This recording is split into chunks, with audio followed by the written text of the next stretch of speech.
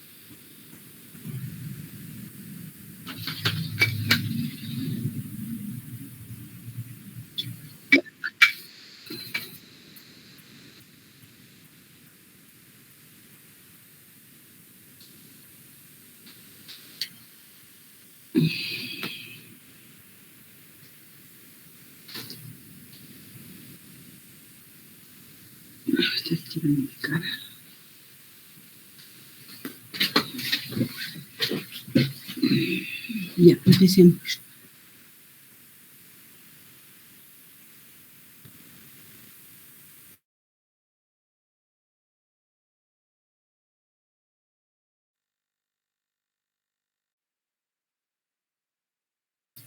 Hola, buenas noches, estudiantes. ¿Me escuchan?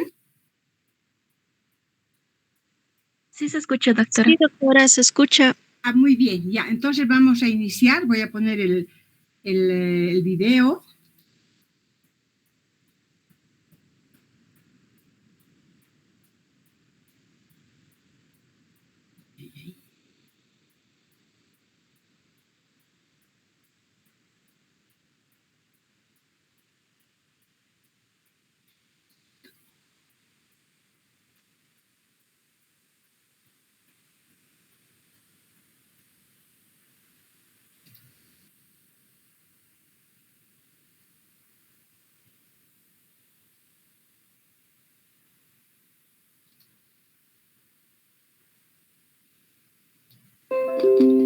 Ya. ¿Ven, verdad? Sí, doctora, se ve. Perfecto, ya. Muy buenas noches, estudiantes. Van a disculpar que a último momento les haya convocado, pero pienso que es importante porque mañana empezamos con una práctica que ustedes no han visto debido a que vamos a determinar la actividad enzimática con un método que es muy diferente al que hemos estado trabajando. Y por lo tanto requiere una explicación previa.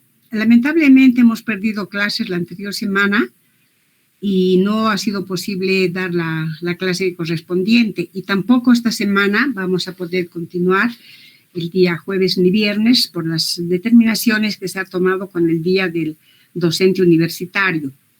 Entonces yo quisiera que vayamos ahora empezando con este nuevo tema que forma parte de la enzimología clínica. Hemos visto la anterior vez una parte clínica, pero ahora vamos a ver el otro aspecto de la enzimología, que es la enzimología analítica. Esta enzimología analítica estudia a las enzimas desde un punto de vista del análisis y determinación de las enzimas en el laboratorio bioquímico clínico para su interpretación como parámetro clínico. Entonces, en este contexto, esta enzimología analítica mide las actividades enzimáticas en suero sanguíneo y otros sistemas biológicos del paciente, llámese líquido pleural, orina, líquido ascítico, etc. Y para ello utiliza métodos, técnicas y procedimientos en el laboratorio de bioquímica clínica como herramienta eficaz para el diagnóstico, pronóstico y vigilancia de las enfermedades. Y el otro aspecto que toma la enzimología analítica es estudiar a la enzima como reactivo. O sea que la enzima forma parte del sistema de reacción y permite determinar tanto la actividad de enzimas, pero también de otros compuestos que no son enzimas y que ese será motivo de otra presentación. Entonces, a manera de recuerdo, les voy a decir que las enzimas son proteínas especiales, ¿verdad? Porque están dotadas de un sitio activo. Son complejas, son solubles y tridimensionales. La característica es que están dotadas de un sitio activo. Estas células, o más bien estas enzimas, están producidas por diferentes células del organismo, son catalizadores biológicos, favorecen y regulan las reacciones enzimáticas en los seres vivos y tienen una elevada especificidad al sustrato y a la reacción catalizada. Tiene una actividad a bajas concentraciones de enzima y sustrato y son sus actividades posibles de medir en condiciones in vivo e in vitro. ¿Ya? Esta es la manera muy, muy somera de una generalidades de la enzima. Entonces, empezando ya con un aspecto más próximo a nosotros, también para recordarles que cuando vamos a determinar a las enzimas en condiciones in vitro, sabemos que esta enzima tiene un sitio activo. Fíjense acá, hay diferentes modelos. Esto seguramente han llevado con más amplitud en otra materia. Luego tenemos el sustrato, que es específico para esta enzima y donde va a encajar en el centro activo. Y para eso, y se va a formar, una vez que se une este sustrato con la enzima, se forma el complejo enzima-sustrato. Luego tiene también cofactores y coenzimas que van a hacer que la enzima esté completa para que pueda activarse, para que pueda participar en una reacción, y en ese caso se llama holoenzima. Luego tenemos, desarrollando un poco estos cofactores y coenzimas, existen los cofactores del tipo ion metálico. Ustedes se van a fijar cuando hacemos las determinaciones. En el sistema de reacción tenemos ciertos minerales, pero también coenzimas, y justamente es esto lo que nosotros vamos a utilizar para la determinación de la actividad enzimática de esta semana, que es la deshidrogenasa láctica. Bien, también recordarán ustedes que la medida de las enzimas se basa en la reacción enzimática de la ecuación de Michaelis y Menten, donde la enzima más el sustrato en presencia de velocidad de reacción K1 forma el complejo enzima-sustrato. Este complejo enzima-sustrato tiene la capacidad de disociarse o de nuevamente volver a sustrato-enzima o de disociarse y formar un producto. Entonces, en ambos casos, a una velocidad de reacción. Por lo tanto, también sigue siendo un recuerdo, esta ecuación de Michaelis y Menten tiene dos etapas. La primera, que es esta primera parte donde se forma el complejo enzima-sustrato, y la segunda parte donde hay una disociación y se forma un producto.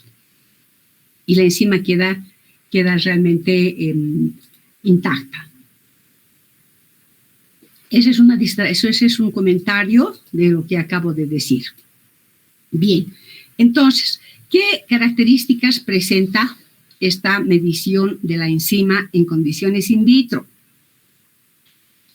Esta medida de la enzima en condiciones in vitro está basada en la cinética enzimática, es decir, en la medida de las velocidades de reacción y la influencia de varios factores sobre la medida de la enzima en función del tiempo. Entonces, la actividad catalítica, que se mide en esos términos, es la cantidad de enzima convertida en producto por unidad de tiempo para una reacción particular y en condiciones determinadas de pH, temperatura y fuerza iónica. O sea, estas son condiciones fundamentales para medir en condiciones in vitro.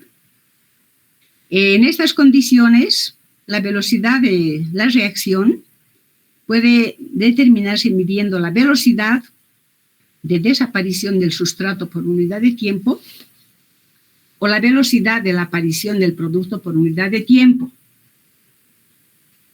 Entonces, yo les adelanto que nosotros podemos utilizar estas dos, depende de cómo veamos.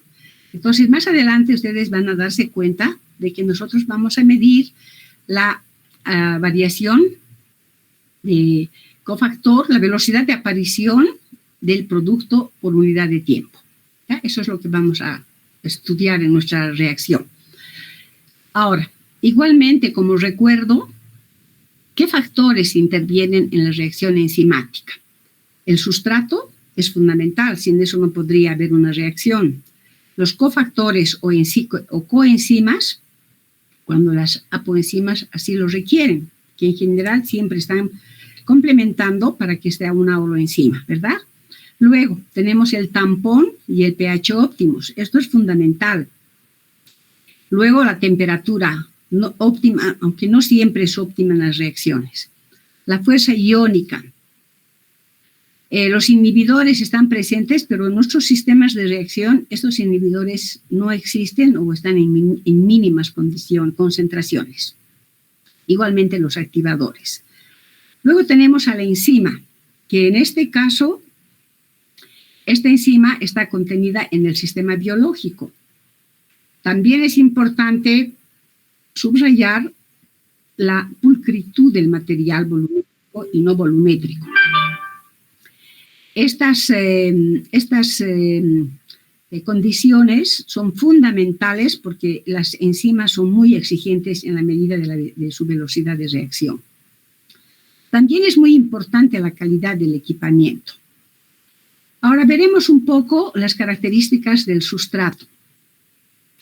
Cuando hablamos de sustrato, estamos hablando obviamente de un sustrato que sea específico para la enzima, pero también de la concentración, porque esta concentración determina el tipo de cinética y la especificidad de la enzima. Por ejemplo, cuando el sustrato está muy elevado, la actividad enzimática depende la actividad depende de no depende de esta concentración de sustrato porque está en exceso y entonces las reacciones de orden 0. Si es al contrario, es de primer orden. Ahora bien, la temperatura. Como les decía, la temperatura no siempre es óptima, ¿ya? Pero sí es importante considerar en el laboratorio que a mayor temperatura, mayor velocidad. Una temperatura muy elevada produce una denaturación.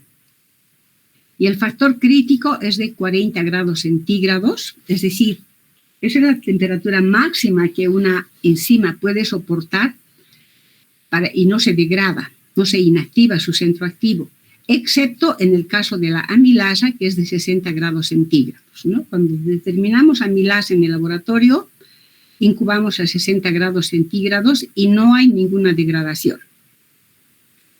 Entonces, en el laboratorio, aquí fíjense esta gráfica antes, cómo a medida que incrementa la temperatura va subiendo la actividad de reacción, pero llega un punto en que ya se ha formado un pico y si seguimos aumentando nosotros la temperatura, va cayendo más bien la velocidad de reacción. ¿Por qué? Porque se ha inactivado su centro activo.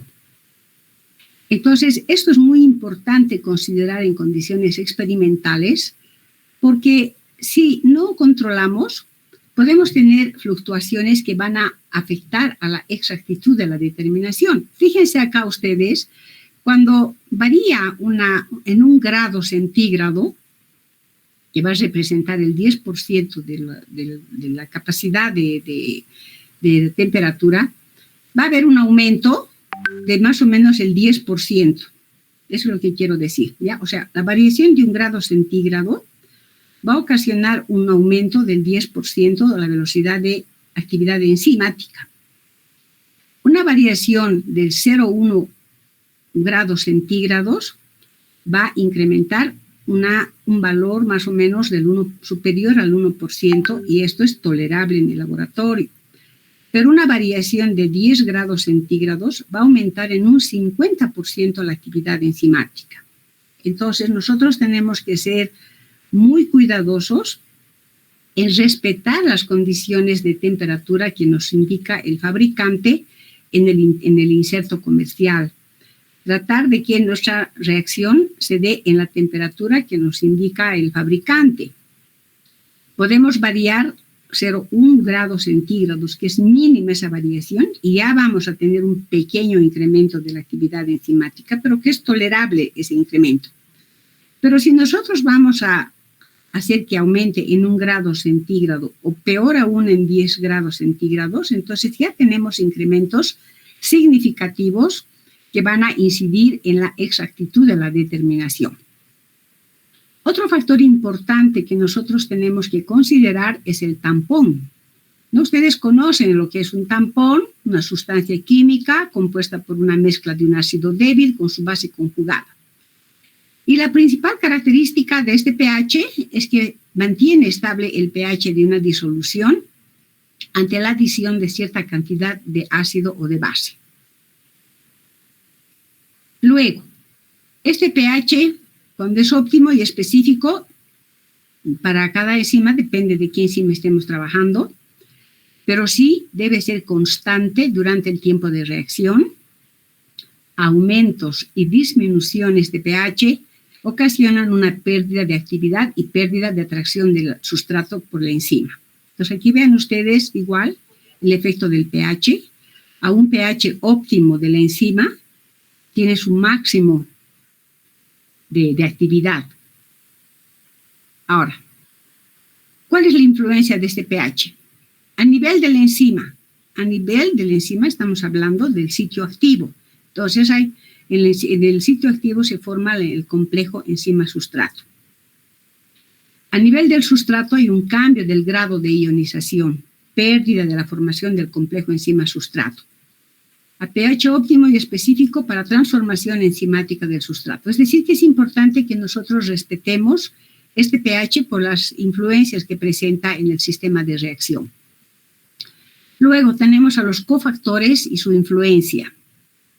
Normalmente las enzimas que nosotros determinamos en el laboratorio sí requieren de la presencia de cofactores y de coenzimas. De hecho, el método más importante que vamos a ver mañana en la práctica es que este sistema está formado por coenzimas, sobre todo del tipo del NAD, tanto reducido como oxidado. Mañana veremos en la reacción el NAD reducido. Luego, la naturaleza del sistema biológico. Esto es muy importante.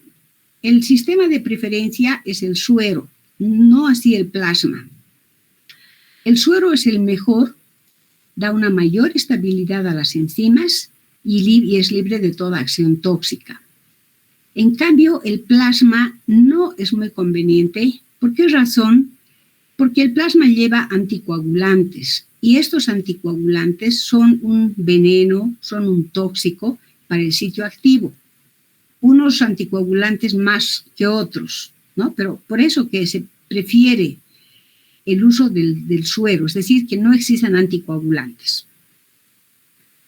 Y podemos determinar en cualquier líquido orgánico, como les decía, pero siempre y cuando cuidando la naturaleza de ese sistema biológico. Más adelante verán que tiene que ser fresco, que tiene que ser ausente de hemólisis, etc. Entonces, tiene los requisitos de calidad que nosotros hemos visto también en anteriores determinaciones. Ahora bien, una particularidad de las reacciones enzimáticas es la curva de avance de la reacción. ¿Qué quiere decir esto? Que cuando nosotros ponemos en contacto los reactivos con el sistema biológico y seguimos lo que acontece en esa unión, ¿qué es lo que vemos? Una curva de avance de la reacción o simplemente la cinética de la reacción. Entonces, ¿qué vemos? Este tipo de gráfica. Tenemos una fase de retardo, tenemos una fase lineal y tenemos una fase de agotamiento de sustrato, ¿no? Esta fase lineal aquí en esta gráfica es un poco curva y en realidad aquí es una recta. Van a ver ustedes en qué parte de esta fase lineal debemos efectuar la medida y por qué. Entonces, vamos a desarrollar esa fase de la reacción. La fase de retardo. La fase de retardo tiene lugar inmediatamente después de mezclar los reactivos con la muestra biológica. Esta fase de retardo es una fase de encuentro y acoplamiento de sustrato y enzima. Su duración es muy variable, va de segundos a minutos. Imagínense, es rapidísima la reacción en relación a los métodos colorimétricos como los que hemos estado viendo. En estas reacciones enzimáticas el tiempo de reacción es corto, de segundos a minutos. En ese tiempo hay un poco cambio de absorbancia versus tiempo. Los reactantes se mezclan y alcanzan equilibrio térmico y cinético y no existe una relación lineal entre la actividad enzimática y el tiempo. Al contrario, es como una quebrada aquí. En la práctica van a ver ustedes cuando proyectemos y hagamos la determinación en el espectro fotómetro Hasco, cómo se visualiza esta fase lineal. Es absolutamente quebrada. ¿Por qué? Porque está poniéndose en contacto el sustrato con la enzima y los otros reactivos y tiene que haber un equilibrio térmico. Por esa razón.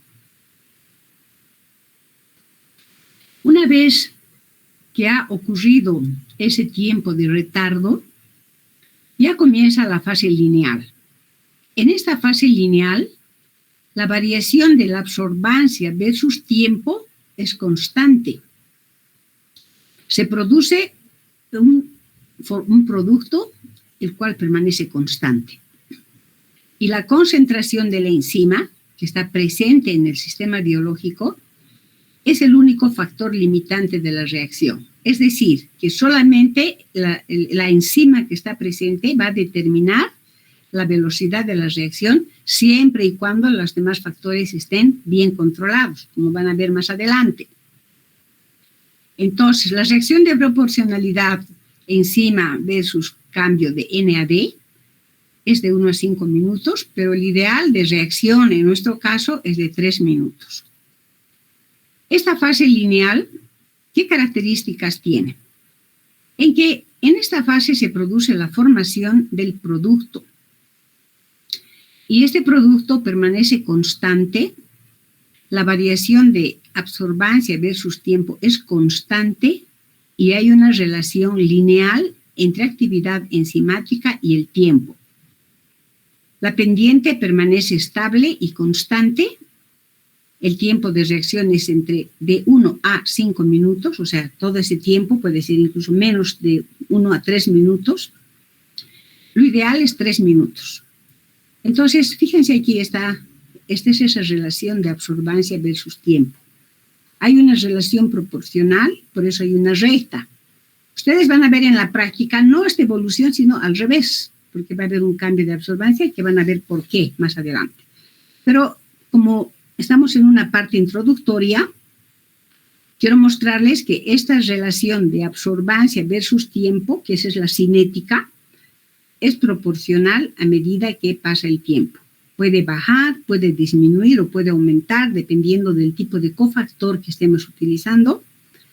Lo importante es que es proporcional. Cada minuto se produce un cambio de absorbancia proporcional a este tiempo. Cada minuto se produce una variación. Aquí tenemos un minuto 1, minuto 2, minuto 3, que es una línea recta, que eso significa proporcionalidad entre la absorbancia y el tiempo real que estamos haciendo la reacción, que estamos midiendo. Por lo tanto, repito, existen cambios proporcionales de la absorbancia en relación al tiempo. Cada minuto hay un cambio de una unidad de absorbancia. Ese es el resumen de esta fase lineal. Esas son sus características. Para que una determinación enzimática sea válida, en consecuencia, es necesario medir la actividad enzimática en la fase lineal de la reacción, porque este es el único factor limitante de concentración de la propia enzima y las condiciones de reacción son las óptimas, es decir, hay un exceso de sustrato y obviamente la presencia de los otros reactivos. Ahora, la tercera fase de esa curva evolutiva es la fase de agotamiento de sustrato. En esta fase ya o no existe o hay muy poco cambio de absorbancia versus tiempo, porque ya ha finalizado la reacción. hay una disminución de la velocidad de la reacción y hay una anulación de la reacción, o sea, ha terminado. El sustrato u otro reactivo que estaban presentes en el sistema se van agotando y la velocidad de reacción disminuye hasta anularse completamente. Entonces, por eso tenemos aquí esa asíntota, esta meseta. Aquí ya no hay ningún cambio de absorbancia, ¿verdad? Eso es lo que quiere decir en esa descripción.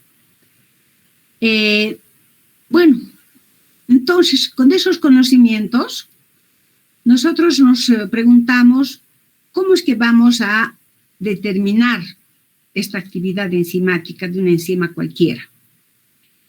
Para eso tenemos que tomar en cuenta las condiciones operatorias definidas, es decir, que el que propone la medida de una enzima en condiciones in vitro establece esas condiciones y por eso se denominan condiciones operatorias definidas. Ellos están definiendo cómo es que vamos a hacer la determinación de una enzima en el laboratorio. Y estas condiciones deben ser bien establecidas y bien controladas de manera tal que la velocidad de reacción medible dependa única y exclusivamente de la concentración de la enzima que está presente en el sistema biológico de reacción. ¿Cuáles son estas condiciones definidas? El tipo de cinética. Puede ser de cinética de orden cero, como el que nosotros manejamos en nuestras determinaciones de enzimas, o puede ser de primer orden cuando la enzima forma parte de un sistema de reacción, o sea, es un reactivo. En ese caso es de primer orden. Pero cuando medimos a la enzima, esta corresponde a una cinética de orden cero. Luego, el tiempo de duración de contacto entre enzima y sustrato. El pH óptimo para la enzima, o no óptimo, pero el que está en el inserto comercial. La temperatura de reacción adecuada. Ojo con controlar la temperatura. Está ahí definida a qué temperatura debemos efectuar la medida. Tenemos también, también definen que la naturaleza del tampón. ¿Qué tipo de tampón están introduciendo en nuestro sistema de reacción? La pureza de reactivos. O sea, todo esto está definido por las personas, los bioquímicos, los investigadores que están proponiendo un método de medida en condiciones in vitro. Son ellos los que determinan estas condiciones. Nosotros no determinamos, nosotros cumplimos lo que dice, en este caso, el inserto comercial. Pero sí es importante tomar en cuenta la pulcritud del material. Es bien importante que esté libre de suciedad, libre de restos de detergentes. Aquí tiene que ser impecable la limpieza, por eso llamamos la pulcritud del material. Y también es muy importante la calidad del equipo. Lo ideal es trabajar con un espectrofotómetro que está basado en prismas, la parte subóptica, y entonces tiene reactivos de gran confiabilidad. Sin embargo, hoy en día se trabajan con equipos semiautomatizados que no dejan de ser malos, son buenos también. Ahora la calidad del equipo depende de cuánta calidad queremos obtener. En investigación es importante, es fundamental trabajar con un espectrofotómetro que tenga un registrador, que tenga un baño María incorporado, porque se puede aprovechar de graficar, de imprimir en esas condiciones. Entonces, las buenas marcas, los buenos espectrofotómetros son muy importantes para tener resultados realmente de alta confiabilidad. Y el material tiene que ser realmente bien limpio, bien limpio. Ahora, seguimos. Aquí hemos dicho que esto depende de la reacción de orden cero, porque en esa condición la velocidad de reacción se aproxima a la velocidad máxima. Y los cambios en la actividad enzimática son atribuibles a los cambios de la cantidad de enzima que está presente en la muestra. Y luego tenemos el sustrato en exceso. Ya, ahora, aparece otro concepto, otra característica, otra condición denominada condiciones controladas. ¿Qué significan las condiciones controladas? Significan que nosotros tenemos que verificar que todo nuestro equipamiento, nuestro material, nuestras lecturas del inserto comercial realmente se estén cumpliendo en el laboratorio. ¿Qué cosas tenemos que verificar, por lo tanto? La temperatura de reacción, el baño María. Tenemos que verificar con un termómetro, si bien el baño María tiene un termómetro incorporado, es necesario volver a verificar utilizando un termómetro de mercurio. Aparte, está aislado, no es un termómetro incorporado.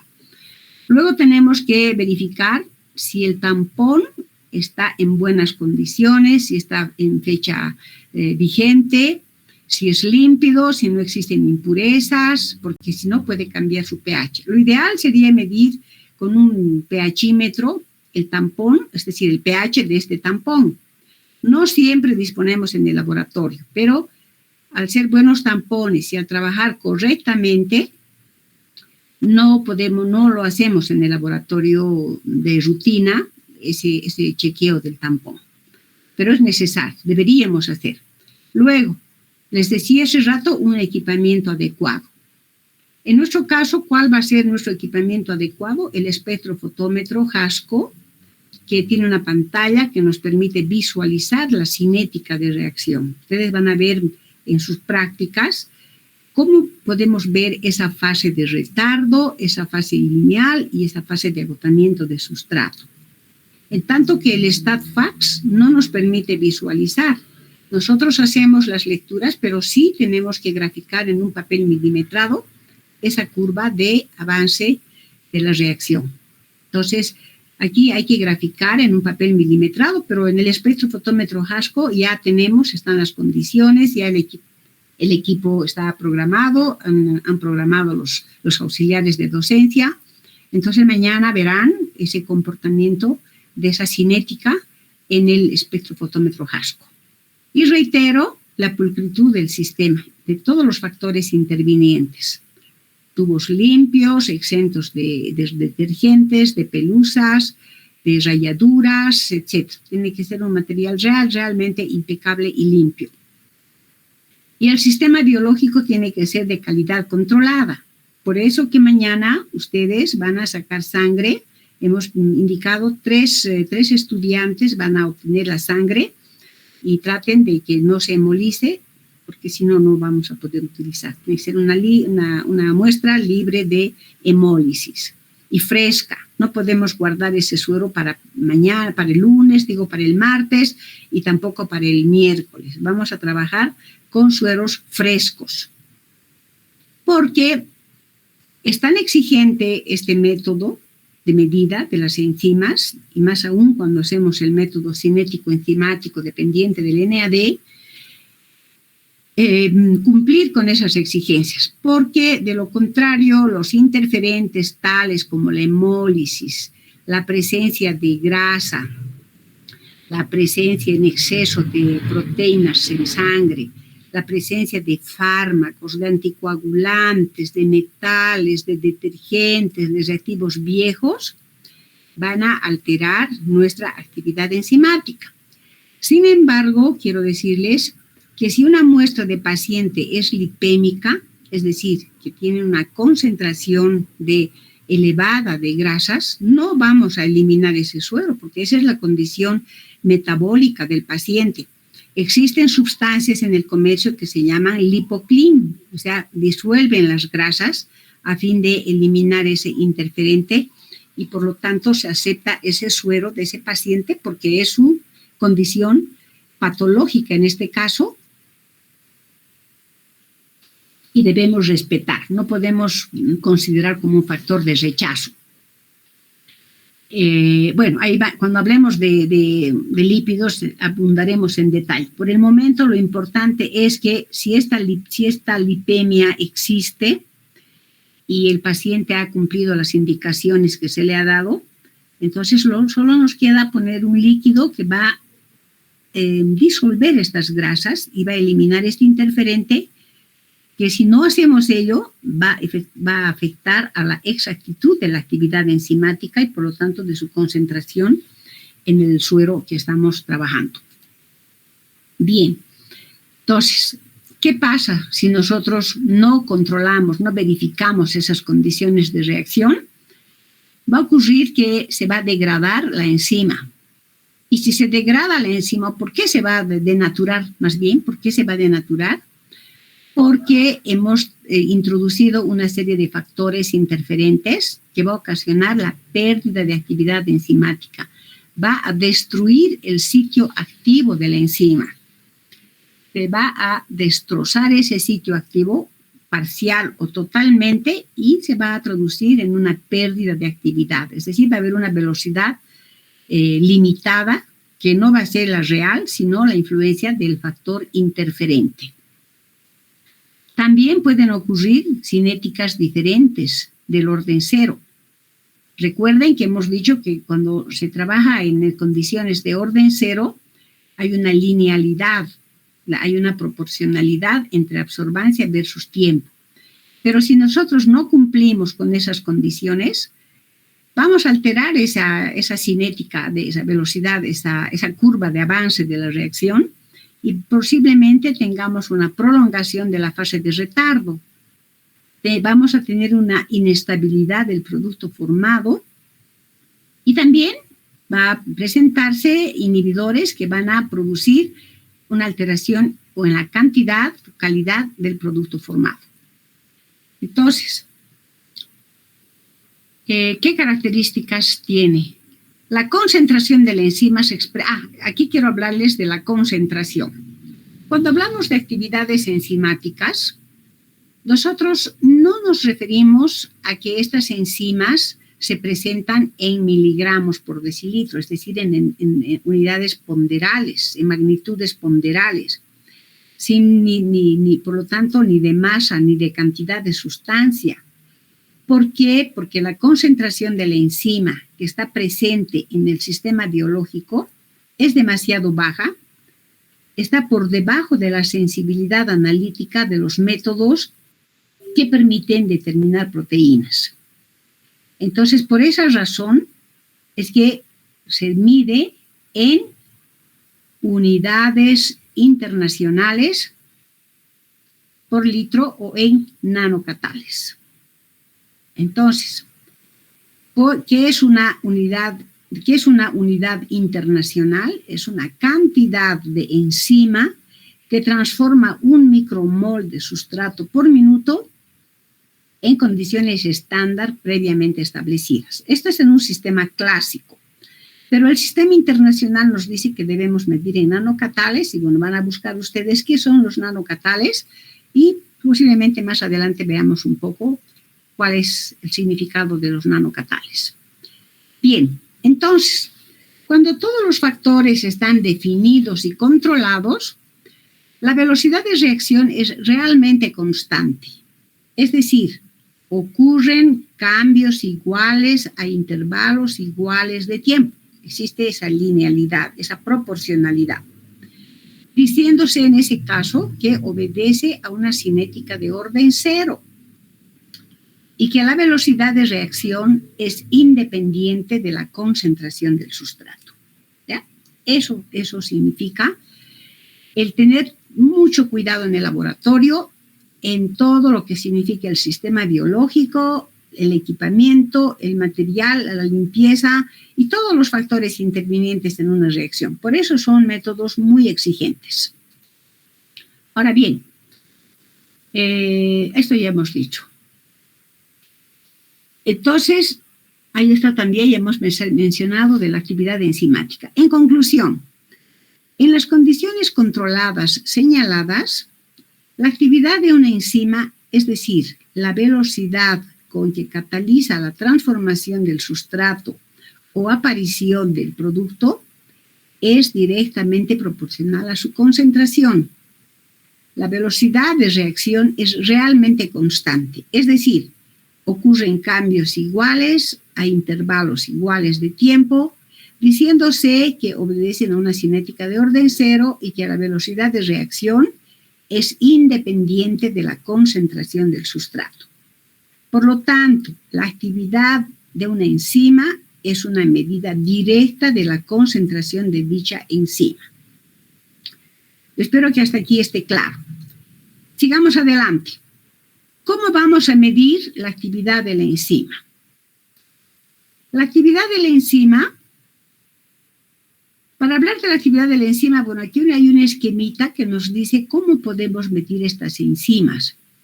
A nosotros nos interesan ambos aspectos, ¿no? Aquí tenemos el modo de medición, puede ser directo, puede ser acoplado, puede ser de punto final, pueden ser métodos cinéticos.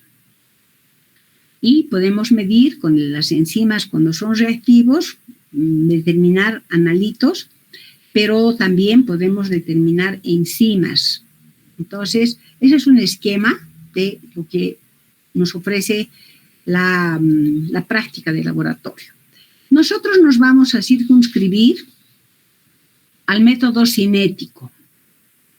Entonces, ¿cómo definimos un método cinético? Definimos como una técnica fotométrica para la determinación de enzimas, donde la señal analítica está determinada por la velocidad de reacción de la enzima en función del tiempo, con cambios espectrales de coenzimas. ¿Ya? Esto es importante. Vamos a volver a definir. Es una técnica fotométrica para la determinación de las enzimas, donde la señal analítica está determinada por la velocidad de reacción de la enzima en función del tiempo, con cambios espectrales de las coenzimas. Por lo tanto, ¿cuál es el fundamento de estos métodos? Ustedes tienen acá el espectro de absorción de la forma reducida del NAD, y aquí está el pico de absorción, que es a 340 nanómetros, de esta forma reducida de la coenzima. El punto máximo, el pico de absorción máximo a 340 nanómetros es este, con una absorbancia determinada. Y acá está el cofactor, el pico, el espectro de la forma oxidada del NAD, pero está aquí en esta representación a otra longitud de onda. Ya, concéntrense ustedes en este NADH a 340 nanómetros, que eso es lo que vamos a medir mañana y esta semana, la actividad enzimática de la LDH. Entonces, cuando hablamos del fundamento, que es de este método cinético dependiente del NAD o del NADP, tanto en forma oxidada como en reducida. ¿Cuál es el fundamento? El fundamento consiste en ¿qué? En que se producen cambios espectrales de la NAD y del NADP a 340 nanómetros cuando pasan de la forma reducida a la oxidada o viceversa, como consecuencia de la fijación o entrega de hidrógeno proveniente del o al sustrato por unidad de tiempo. Entonces, básicamente, en estos métodos lo que ocurren son cambios espectrales. Va a haber aquí un cambio de la absorbancia en función de que si es reducida o si es oxidada la coenzima que está presente en el sistema de reacción. Entonces, aquí tienen en un esquema un poco más claro el resumen, donde mostramos que cuando en el sistema de reacción está presente la coenzima reducida, va a haber un cambio de espectro cuando pasa a la forma oxidada. ¿Y en qué se traduce ese cambio de espectro? En que va a disminuir la absorbancia cuando estamos realizando a 340 nanómetros. ¿Por qué? Porque si este es el pico máximo, al producirse una oxidación, esto se va a ir moviendo hacia este lado, va a ir bajando.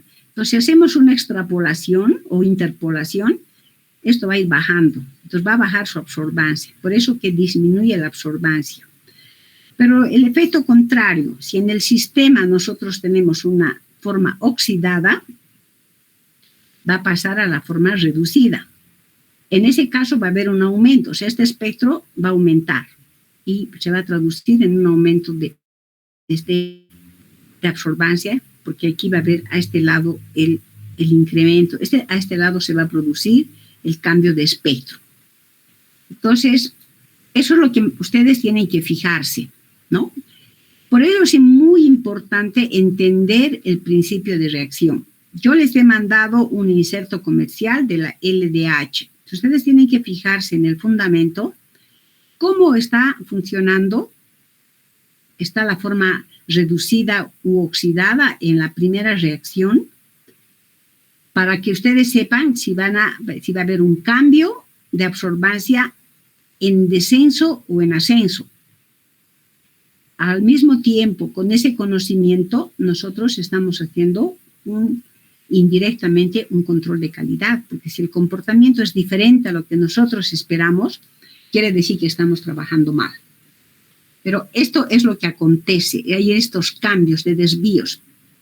De reducida a oxidada disminuye la absorbancia. De oxidada a reducida aumenta la absorbancia, en síntesis. Ahora bien, habíamos dicho que cuando determinamos el método cinético no utilizamos medidas ponderables, utilizamos actividades o unidades catalíticas. Y por lo tanto, tampoco utilizamos estándar. Aquí utilizamos otro concepto que es el coeficiente de extinción molar. Luego tenemos la T, como van a ver más adelante. La lectura hacemos minuto a minuto.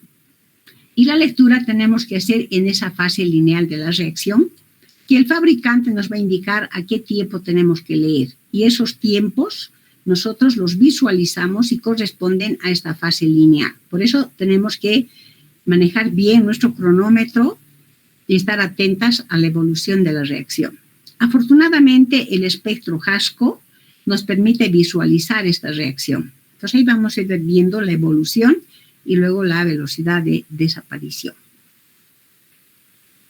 Ahora bien, ¿qué ventajas tienen estos métodos y qué limitaciones? Estos métodos cinéticos, cinético, enzimático, dependiente del NAD, oxidado o reducido, o del NADP, de la fosfato fosforilada, también oxidada o reducida. ¿Qué ventajas tienen estos métodos? Alta especificidad, alta exactitud, sensibilidad muy buena, determinación directa, no requieren desproteinización. Por lo tanto, hay menos posibilidad de error que afecte a la exactitud. Otra ventaja grande es que muestran el tipo de cinética. Cinética de orden 0 o cinética de orden 1, ¿verdad? Luego tienen una excelente confiabilidad y son métodos bien rápidos. ¿Cuáles son las limitaciones de este método? Son muy exigentes técnicamente. Exigen buena calidad de reactivos, exigen buena calidad y exigen mucha velocidad y rigor de trabajo. Eso depende de quién, de nosotros, de los bioquímicos. Ahora, dentro de estos métodos cinético-enzimáticos dependientes del NAD, tenemos dos tipos de métodos, el directo y el acoplamiento.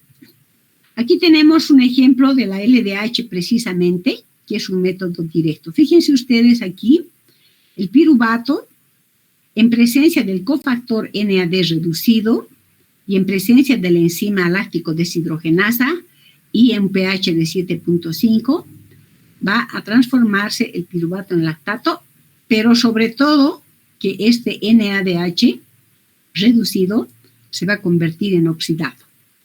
Pero aquí la reacción es directa. El sustrato actúa directamente con el cofactor.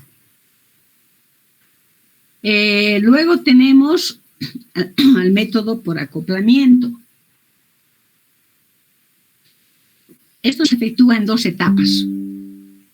En la primera reacción no interviene el NAD ni el NADH, porque no existe una enzima deshidrogenasa. Por lo tanto, es necesario hacer un acople de NAD y enzima deshidrogenasa al producto de la primera reacción. Veamos entonces cómo es esto. Aquí tenemos un ejemplo de la GT, de la piruvato, de la ALT. Entonces aquí tienen a la L-alanina más 2-oxoglutarato en presencia de la GPT, se va a transformar, va a haber una transaminación, se va a formar el piruvato y un L-glutamato. Aquí no está interviniendo el NAD. Por ello que se necesita un acoplamiento y como se ha formado acá un piruvato, entonces se añade el cofactor reducido y va a tener una reacción similar a la que hemos hecho hace rato de Y otro ejemplo tenemos aquí un acoplamiento de 3 pasos, donde para determinar la actividad de la creatinquinasa, una enzima que esté en el músculo cardíaco y en el tejido muscular estriado, entonces ahí para determinar esa enzima, nosotros necesitamos acoplar, hacer 2 reacciones y ¿no? En la primera reacción, la creatina fosfato más el ADP en presencia de la CK, o sea, de la creatinquinasa, va a formar creatina y va a formar el ATP. En una segunda reacción, el ATP en presencia de glucosa y en presencia de una exoquinasa, va a transformarse el ATP en ADP y la glucosa se va a transformar en glucosa 6-fosfato. Y en una tercera reacción, la GPT más la forma oxidada, aquí estamos introduciendo una forma oxidada de NADP en presencia de una enzima glucosa 6-fosfato deshidrogenasa, sí, se va a reducir el NADP en NADPH. Entonces, esas son las reacciones que tenemos nosotros en el laboratorio. Y como estos métodos tienen tantas ventajas, hoy en día los laboratorios para hacer las determinaciones de enzimas utilizan este principio de reacción que es la dependiente del NAD oxidado o reducido. Bien, entonces, ¿cómo vamos a calcular la actividad enzimática? Una vez que hemos hecho las lecturas, tenemos que calcular las actividades enzimáticas, o sea, el resultado. Para eso tenemos dos procedimientos, 2 caminos. Uno, utilizamos la fórmula, donde está aquí un desarrollo de la actividad enzimática expresada en unidades internacionales por incremento de DO por minuto, por 1000 sobre el coeficiente de extinción molar por B, del volumen final sobre el volumen inicial, etc. Aquí están todas las características, donde delta A minuto es la variancia. Luego, el coeficiente de extinción molar en función NADH. Aquí le falta esa suma. Aquí está el coeficiente de extinción molar, a 340 metros. Luego tenemos el espesor de la cubeta, que es B. El BF es el volumen final de la reacción y el BI es el volumen de muestra del ensayo. Entonces, nuevamente voy al hecho de que para determinar la actividad enzimática por cualquier método, la premisa, la condición fundamental es que la actividad catalítica registrada en la reacción depende exclusivamente de la cantidad y es directamente proporcional a la concentración de la enzima, siempre y cuando se mantengan las condiciones de reacción operatorias bien definidas, óptimas y bien controladas, y en condiciones saturantes de sustrato. Entonces, siempre y cuando se cumplan estas condiciones, la velocidad de la enzima, o sea, la actividad enzimática, va a depender de esta cantidad de enzima que está presente en el suero del paciente. Ahora bien, vamos a tomar un ejemplo práctico de la LDH, que es lo que vamos a hacer mañana y el martes y el miércoles. Tenemos que aplicar bien las condiciones preoperatorias y el control de calidad. O sea, ya sabemos que tenemos que encender el equipo, el baño María, que tome la temperatura adecuada que dice el fabricante, que esté en el inserto comercial. Tenemos que fijarnos en el tubo, que esté absolutamente limpio. en fin, todas las condiciones desde la toma de muestra. Por eso hemos hecho todo el proceso analítico. Entonces ya saben ustedes que hay que tomar en cuenta todas las fases del proceso analítico y las condiciones de limpieza, de pulcritud, control de calidad, bioseguridad, o sea, todo lo que hemos aprendido ya tienen que dar a ustedes, sus recipientes en el mesón, etc. Acondicionar los reactivos que estén en condiciones de medio ambiente, preparar los reactivos etc. Todo lo que hemos aprendido ya aquí tiene que empezar a funcionar.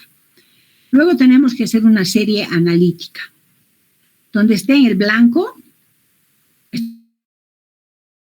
suero control 2, el pool y la muestra de los pacientes. Y controlemos las condiciones de reacción, temperatura, etc. Bien, entonces, vamos a determinar a la enzima LDH siguiendo este fundamento. Piruvato más forma reducida del NAD en presencia de un pH 5 y en presencia de la enzima que está presente en el sistema de reacción, va a formar el L-lactato más la formación, la oxidación de esta forma reducida. Y vamos a ver esos cambios de absorbancia y dejo a ustedes que esperan si vamos a tener absorbancias, se va a reducir o se va a aumentar en base a lo que hemos explicado, ¿no? Pero va a haber esa reacción lineal. Eso es lo que tenemos que observar nosotros en nuestras lecturas. Entonces acá yo he hecho una captura de pantalla de la determinación de la LDH por método directo. Entonces aquí se pone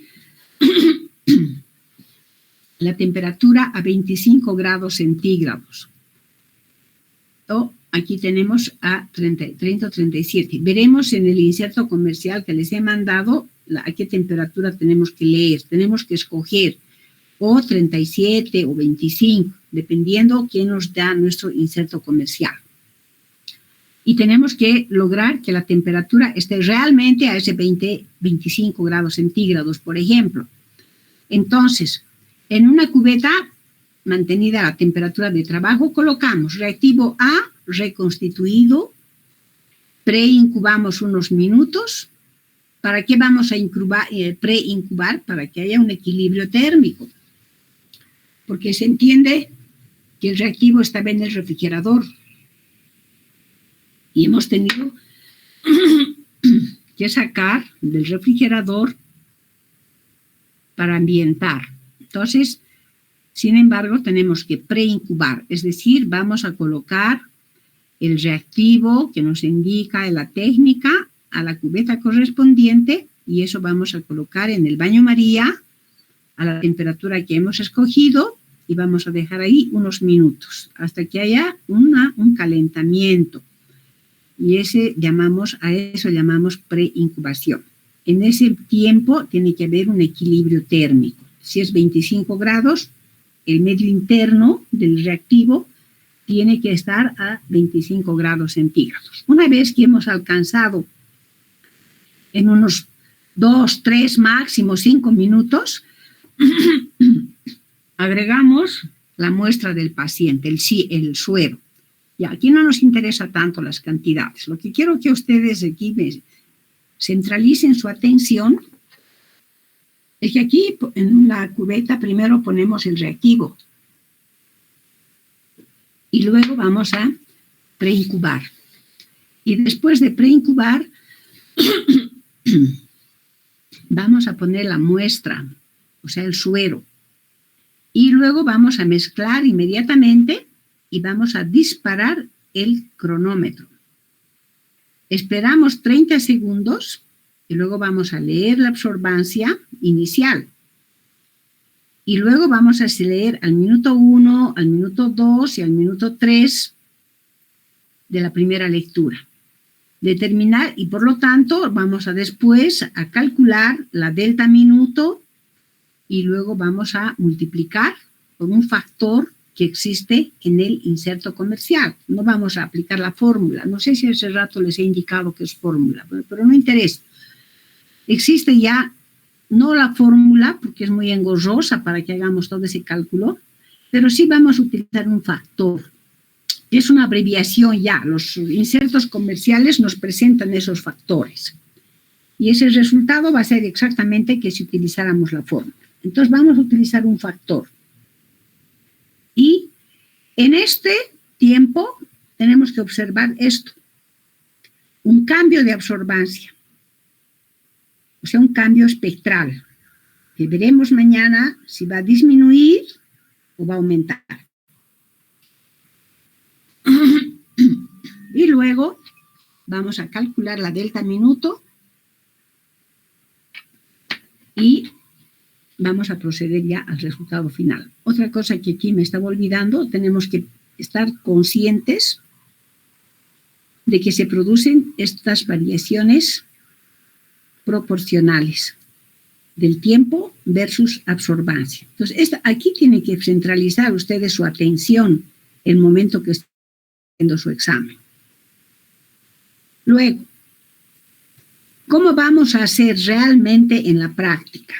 Como es un método cinético que depende del tiempo, si bien hemos hecho una serie analítica donde están ahí los tubos, nosotros no vamos a determinar simultáneamente la actividad enzimática en todos los tubos. Eso está claro, no podemos porque ya empieza la reacción y no podríamos medir al minuto 1, minuto 2, etc.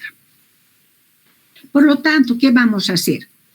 Una vez que hemos puesto el espectro a 340 nanómetros,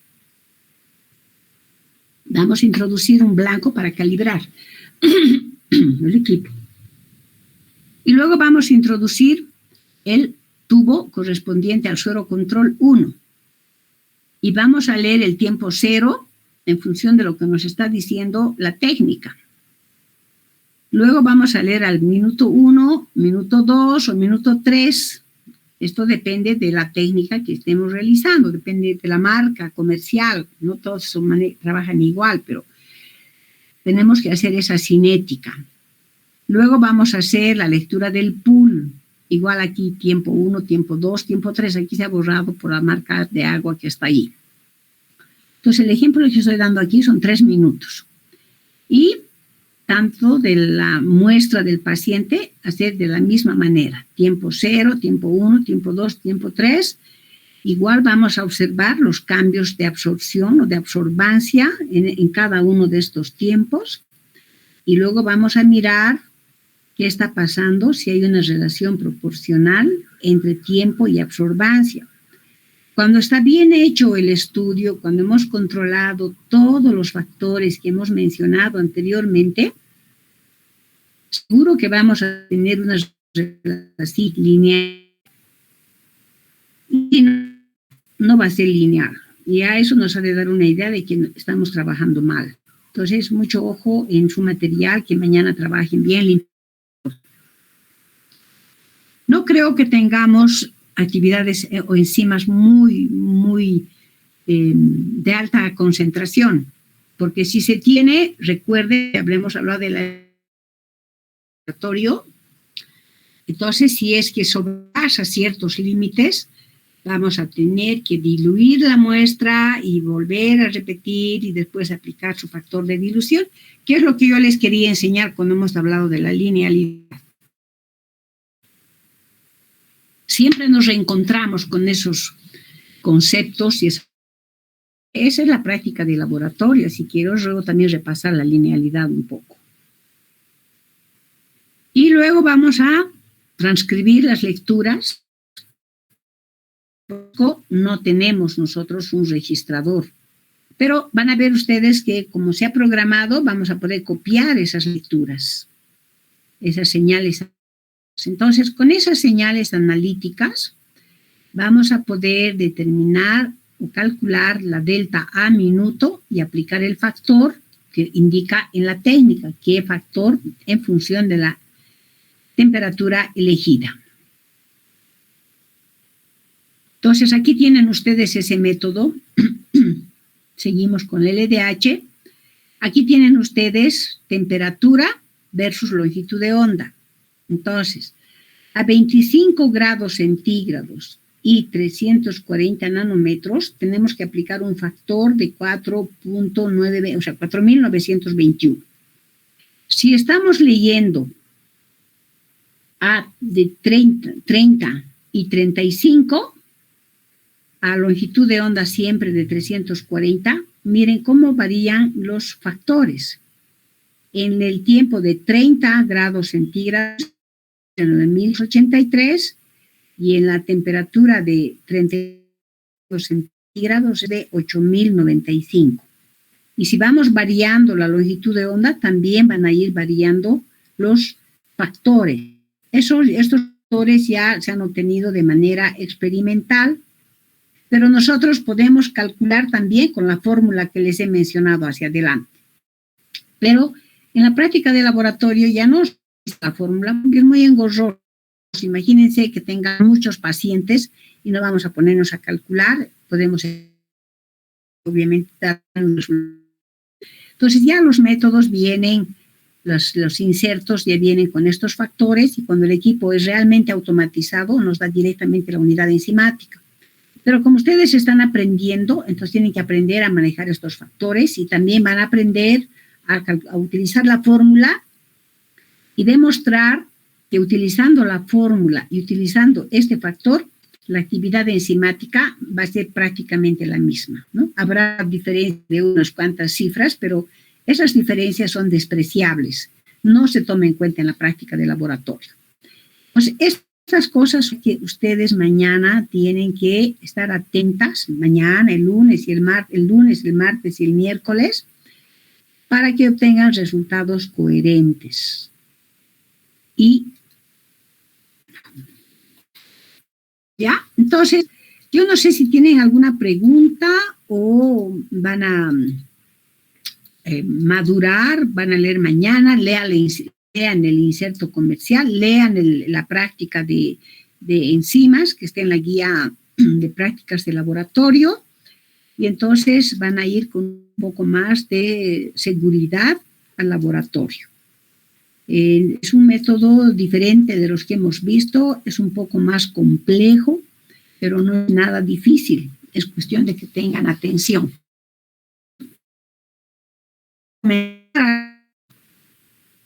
Tienen la palabra.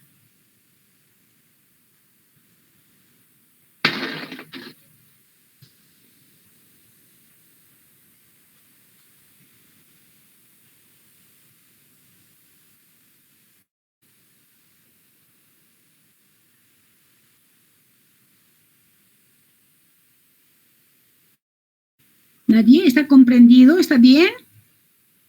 ¿O no se ha comprendido?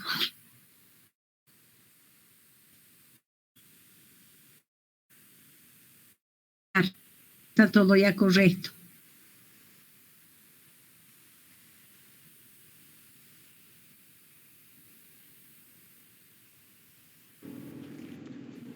Por mi parte, doctora, sí estaba muy bien entendido su explicación. Ya, muy bien. Entonces yo pienso que no va a haber mañana y en la práctica de la semana dudas, pero de cualquier manera hagan su resumen, todas las instrucciones que les he dado, el inserto comercial, hagan un resumen particular sobre las interferencias, sobre el fundamento del método, para que controlen todos estos factores que hoy hemos visto en la práctica. Condiciones definidas están en los insertos comerciales, condiciones controladas, mañana tienen que controlar, llegan al laboratorio, unos tienen que ir a encender el baño María, ya controlar a qué temperatura van a hacer la reacción, los auxiliares les van a proporcionar el reactivo trabajo y ya vamos a subdividirles para que unos trabajen en el StatFax y luego ya en futuras prácticas van a ir intercalando los que han hecho en el fax, van a ir al espectro y viceversa. Pero, por favor, mañana lean. Yo he querido hacer esta clase hoy día porque no hubiera sido posible que vayan a la práctica sin tener un conocimiento previo. Y pero aún hacer explicación se hubiera pasado la hora de prácticas. Estamos atrasadas por esta serie de reuniones que hemos perdido por diferentes razones. Entonces, esa era la razón para que podamos hacer la explicación esta tarde. ¿Ya alguien más quiere hablar?